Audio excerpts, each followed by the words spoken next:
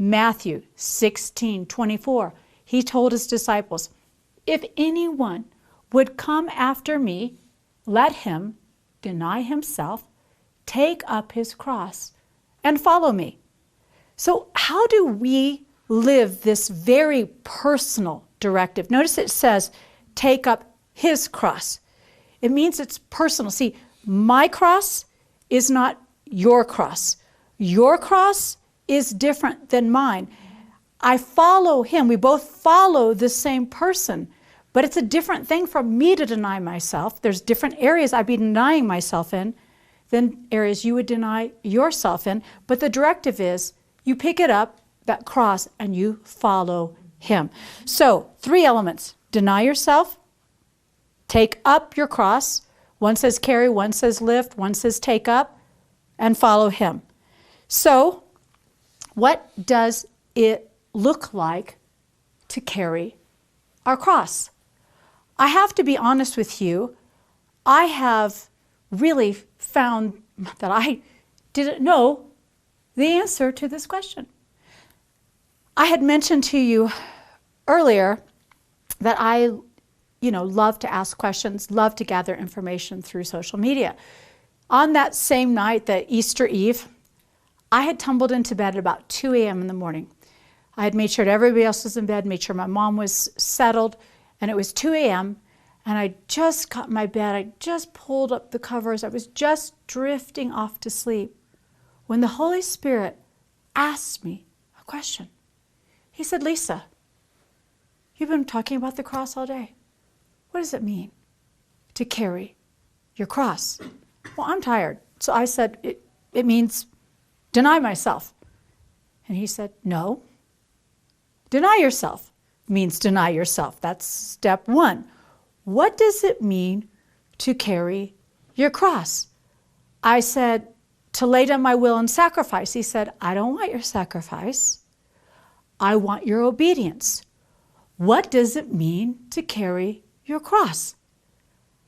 I began to think, I must not know the answer to this, and I'm probably not going to figure it out at 2 a.m.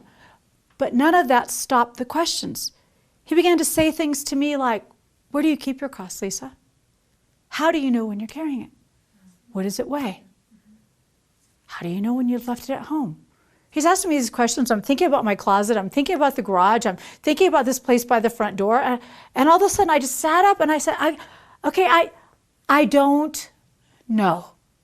And there's something that happens when each of us acknowledges that we don't know something. And God just says, great, I'm so glad you just admitted you are clueless. I'm going to help you figure it out. He said to me, he said, go get your list. So I went and I got that list that I had scrabbled on an envelope of 550 different responses. And as I looked at the list, I have to tell you something. I have the world's worst handwriting, which means I don't recognize my own handwriting. And so I'm looking at the list and I'm like, boy, before I forget all of this, I probably need to write all these out. So I took the list and I began to type it out on my iPad. I sleep with my iPad every night because I like to read before I fall asleep. And so I typed it out on my iPad. And when I had gotten the very last word down, I heard the Holy Spirit say, behold the cross. He said, all of these words and more are the cross.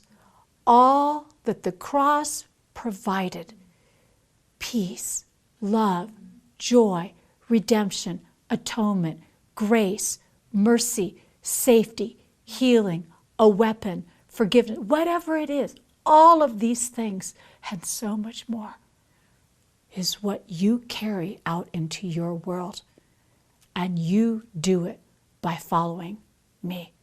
He said, what have I done in your life, Lisa? That is your cross. God doesn't need us to be crucified again. It said we have been crucified already with Christ. And yet, nevertheless, we live.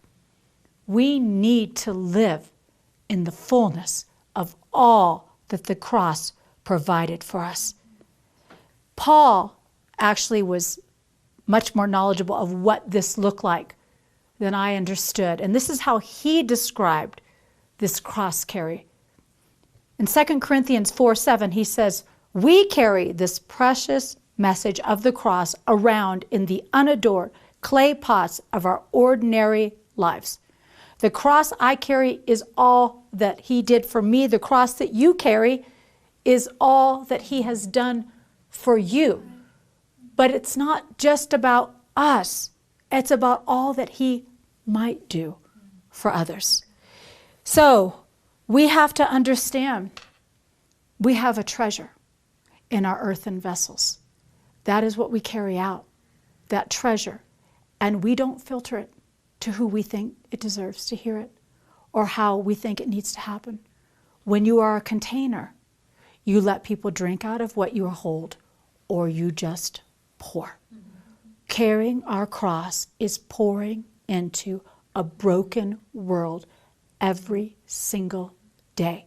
We have opportunities in the course of our ordinary life.